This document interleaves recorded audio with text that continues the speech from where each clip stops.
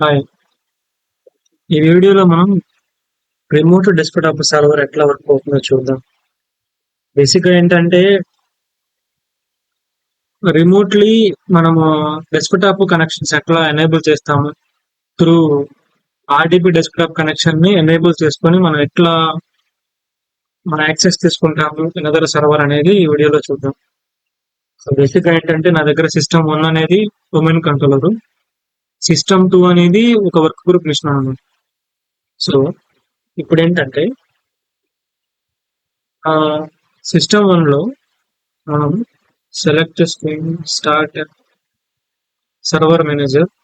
ఈ server manager లో మనము లోకల్ సర్వర్ ని సెలెక్ట్ చేసుకుంటాం. సో ఇక్కడ రిమోట్ డెస్క్టాప్ అనేది అన్నోన్ ఉందన్నమాట.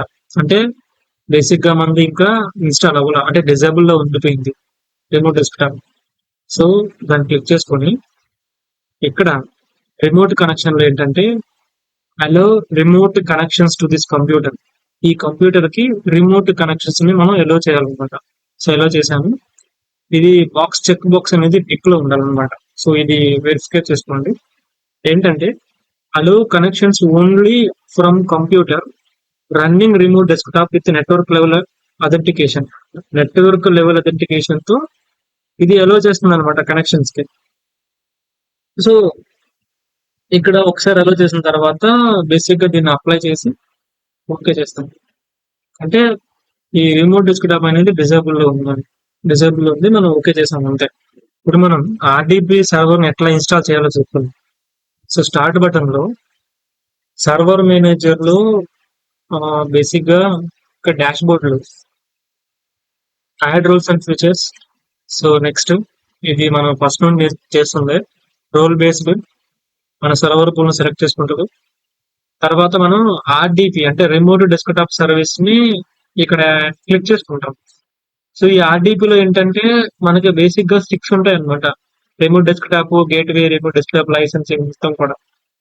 సో ఈ 6 ని మనం సెలెక్ట్ చేసుకుంటాం.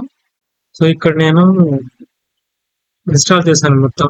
రిమోట్ డెస్క్టాప్ వర్చువలైజేషన్ సిస్టమ్ మీతో వదిలేసి అన్ని ఆల్మోస్ట్ టిక్ చేసి ఇన్స్టాల్ చేయడానికి ట్రై చేస్తున్నాను. నెక్స్ట్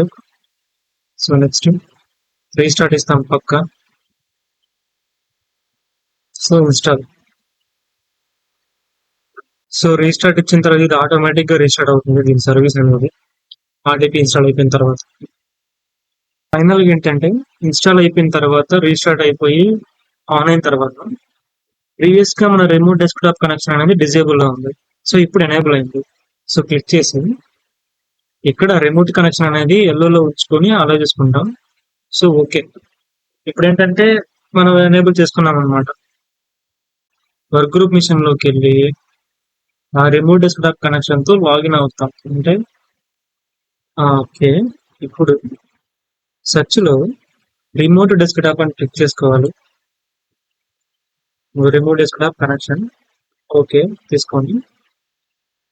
ఇక్కడ కంప్యూటర్ నేమ్ ఏంటంటే మన కంప్యూటర్ ని 10.0.0.1 ఇస్తాను. సో ఇచ్చాను. కనెక్ట్. పాస్వర్డ్ అడుగుతుంది అనమాట మనది. సో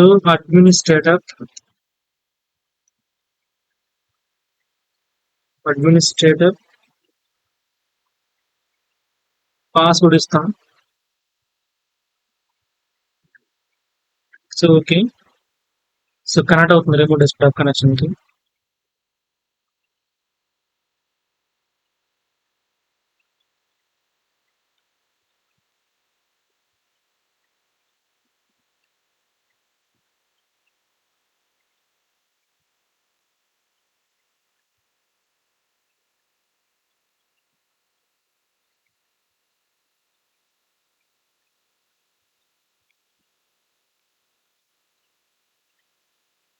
సో వెరిఫికేషన్ అయింది. ఇదేంటంటే మనం మీరు తీసుకుంటున్నారా అని అడుగుతుంది. సో ఎస్ అని ఇచ్చాను.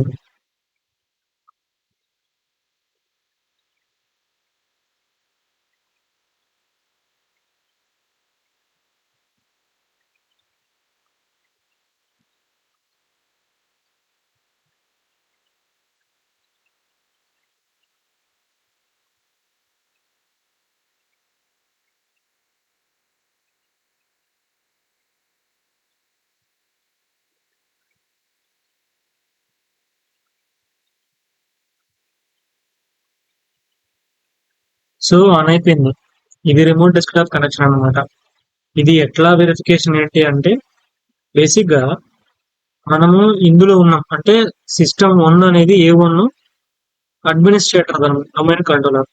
సో నేను B1 లో రిమోట్ డెస్క్టాప్ కనెక్ట్ అయినా అంటే దాని వెరిఫికేషన్ ఏంటి అంటే 10.0.0.1 వచ్చింది. సో ఇక్కడ ఇది క్లోజ్ చేసి